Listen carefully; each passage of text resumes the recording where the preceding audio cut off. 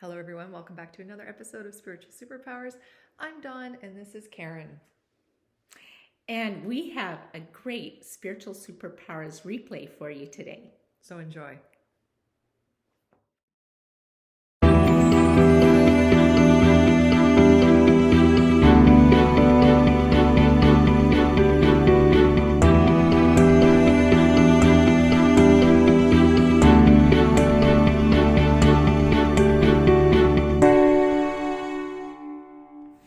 Hi everyone, welcome back to another episode of Spiritual Superpowers. This is Karen, I'm Dawn, and today we have a really good episode for you today because announcement. I'm getting 2 dogs. Yay. I'm adopting 2 border collies. They're seniors, they're siblings, and they're the cutest dogs ever. They really are. Why we wanted to make this into an episode is not only are they the cutest dogs ever, but I feel like there was some spiritual behind the scenes things at play. Definitely. And we're going to go over that because you've had quite a few readings in the past. And now looking back, they all came true. Yeah. So let's go over some of them. It started with Psychic Caron, who we did an episode with a long time ago. Like 2 years ago. Yeah, and I remember the first reading I had with her. It was just over the phone, and I had just newly been diagnosed with cancer, I think very early into surgery and that sort of thing. And she talked about me getting 2 dogs. She said, I see a dog coming into your life. She goes, oh no, 2 dogs. And at that point I'm thinking, okay, I have a cat that does not like other cats, other dogs, other people. So I couldn't really see that happening. And then I'm thinking, I've got this cancer diagnosis. I just don't see getting more pets when you're kind of in that situation. So I kind of doubted it at the time. Definitely. I remember you telling me that it made no sense that way. Right. And because I haven't had dogs before, I also couldn't see myself getting 2. And here we are. Yes. And you know, we're adopting the 2 of them because they're siblings and they've been together for 10 years. So yeah, I'm so glad that you're giving them a good home. I actually asked if I could be their dog because they will be spoiled. yes. Yes. Yeah, already I'm nesting, you know, buying dog beds, and I bought a insert liner for the car and even have a nice wreath on the door. Oh, yeah. Yeah, I love the wreath. Yeah, me too. I couldn't resist. So, and I've also called someone to set up a photo shoot. Oh, my She goodness. just does, you know, photo shoots for pets, right? And so, Is there going to be like a family portrait too with you and Barry and the 2? of course. Yes. I love a Christmas card. Christmas card, yeah. So, anyway. Yes. And then let's talk about another time that you were told about. Yeah. The dogs. Well, it was going back to a reading that I had with Michael Philpott. And he talked about the Anubis dogs and my past life with, you know, as an Egyptian priestess surrounded by Anubis dogs. And then he also said for healing, it would be important to surround myself with dogs in this life. You know, but I'm thinking, how do I do that? He said, you know, go somewhere and just let them, you know, lie down and let them run all over you. Yeah. Like, how do you do that, right? Right. But I remember I was thinking about maybe adopting a dog. And so I started to go to shelter websites and start to look. And, you know, you sent me a possible dog rescue too, which I applied for and didn't get. And so after that, I thought, you know what? No, I'm not going to look at rescue websites anymore. These dogs will come to me. That you said that they will find you. They will find me. And sure enough, my friend Allison, who I used to run the Furry Friends 5K with, sent me a photo of these dogs. And you have to remember, I've always wanted a border collie. Yes. But I also wanted a rescue. And I'm thinking, how do you get a rescue that's a border collie? That doesn't often happen. No. And then people told me, well, if you get a border collie, they're really high energy. And I was like, how about a senior border collie? And they said, no, they're usually really high energy until, you know, the day they die, right? And I'm going, oh, so maybe that's not a good idea. And then these two appear almost out of nowhere. And Chaser was given up at 2 years old. Actually, they both were, because he doesn't like to herd or do agility or anything like that. He's a couch potato border collie. Who knew? Right. My dog Betty was a border collie as well, and it was all natural instincts to herd, and there was high energy until she was at least 6. That's when she started to, I think, be a normal wild dog. Yeah. But yours were couch potatoes. Yeah. So they were. So it's like I almost manifested what I wanted, which was 2 border collies that weren't too high energy. And they're just the sweetest things ever. So Lily and Chaser. Yeah. So let's roll a clip on some of my adventures already with Lily and Chaser. Yeah. Chaser, do you want me to be your new mommy? Yeah. Do you want me to be your new mommy? I think so.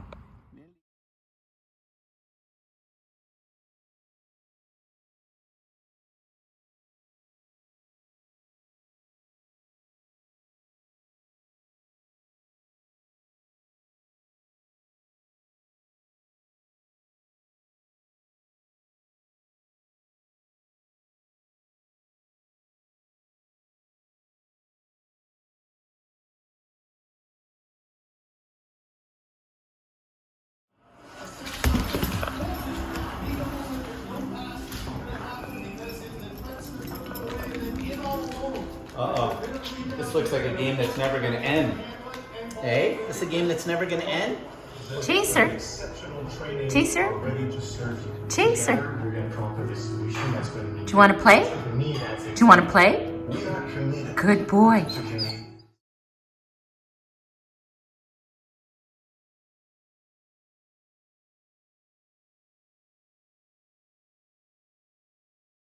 my God.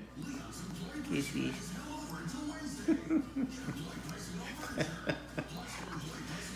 You're a kisser.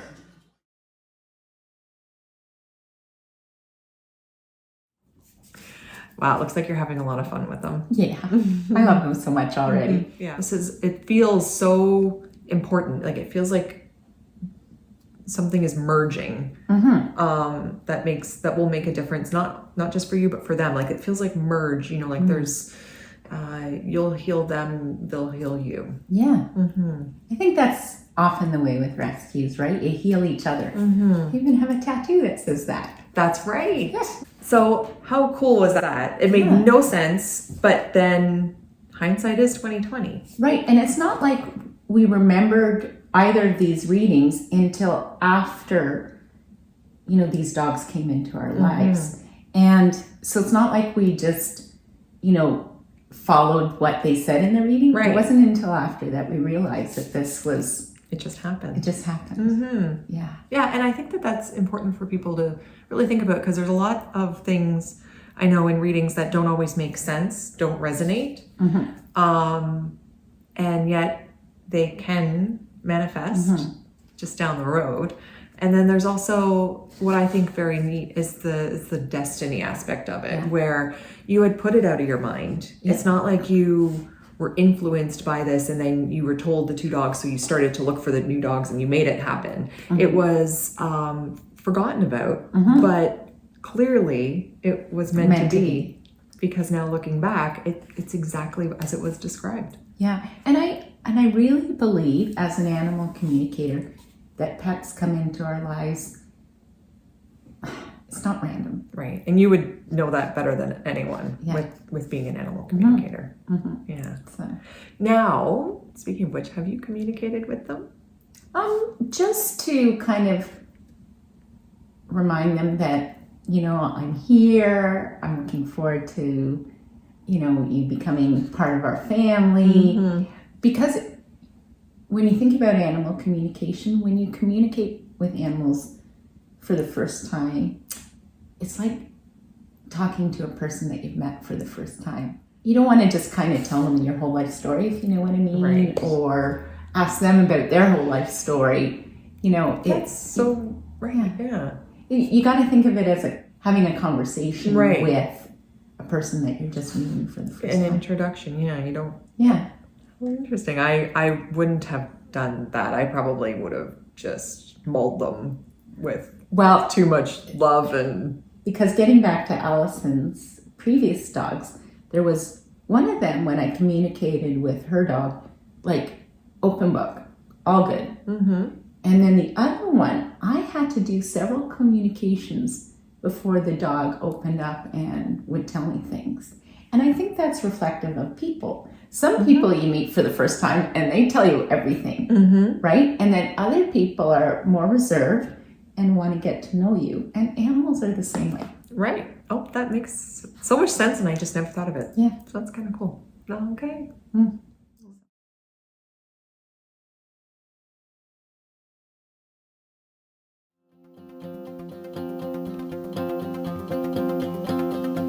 Welcome to the C3 Paws for Cause. What we're going to do is our half-hour little walk jog here. We're then literally going to go just 500 meters away, our brand new dog park that opens today. About 7 months ago, we adopted the best senior border collies in the world, named Lily and Chaser. They've changed our lives. My husband and I say they're like the kids we never had, and we just love them more than we ever thought we would. My name is Kristen, and I own and operate Snowflake Meadows in Minden, Ontario. Started rescuing for, oh my God, since I was 10 years old. I couldn't say no to dogs, so my parents, when I was old enough, I was able to start bringing in dogs.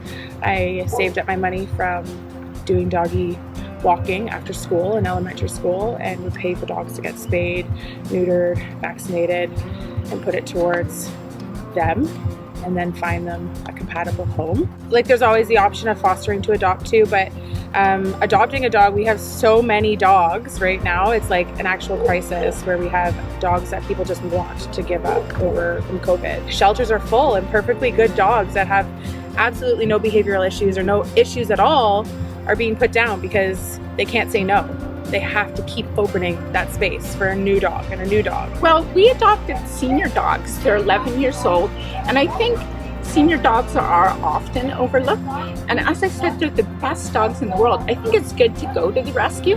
We went to Snowflake Meadows Rescue, and we met them, and we took them for a walk. And after that moment, we knew we clicked with them. And I think that's important with any dog, no matter any age. There's a dog out there that we can find that's compatible with what you are looking for. If there is a dog that is compatible with your family but does require some certain amount of training, like Pocket for instance, he'd be trained to go into that family, and then we're support. I'm 24/7 support, so I tell all my adopters, so if you need anything, call me at 2 o'clock in the morning. I'm always going to answer. There's so many unwanted dogs right now that need homes. There's definitely one out there that we could find that would work with your family. She is Mia. She's a very sweet girl.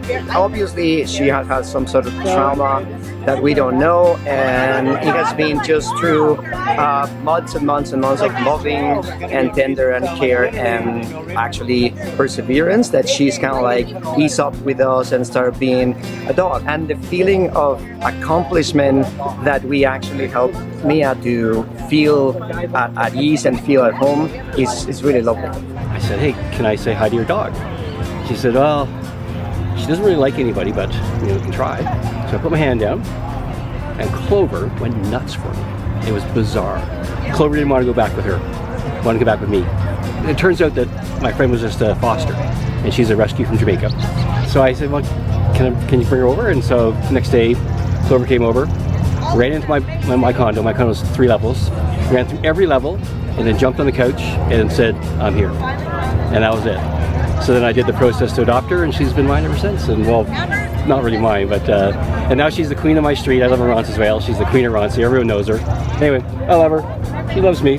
My name is Caron and Dawn, and I'm the CEO and owner of Bold by Nature. We're super excited today to be part of this Paws for Cause, raising as much money as we could for these charities that haven't had a chance to raise money in the last couple of years. So we're really excited to do this. It's going to be an annual event. Every year we hope that everybody's going to join us, and we're going to make it bigger and better and just keep growing it. Bold Canine, they've always supported us in things that we've done. I know when we brought Lily and Chaser home, they gave us a big, great basket of dog stuff, which was great. And also we want to thank Crump, which is a new sponsor coming on. And without these sponsors, we couldn't do this.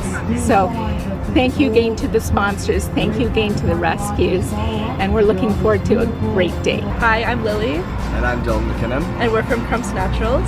We're so happy to be sponsoring Paws for Cause today. We're just handing out some samples here. Well, the debut of the Bold Canine Crump Dog Park. Imagine having the best dog park in all of Canada. Your own water, your own trees to hang under, your own beach, your own sand and grass, all of that right behind us. While this beautiful beach is being used by families, there is an exclusive dog park that opens up this week. So one of the goals of the Paws for Cause was to raise money for these incredible animal shelters and dog charities that are struggling out there. So we got under it. We've raised $20,000+ in just this first event, and we're going to get bigger and better. Thanks to Bold Canine, thanks to Crump Naturals, and thanks to the many people who came out. They love dogs and they love to help dogs. People who have dogs are looking for a place to hang out. c3online.ca. Take a look at the website. It's the best place to bring your dog on a regular basis.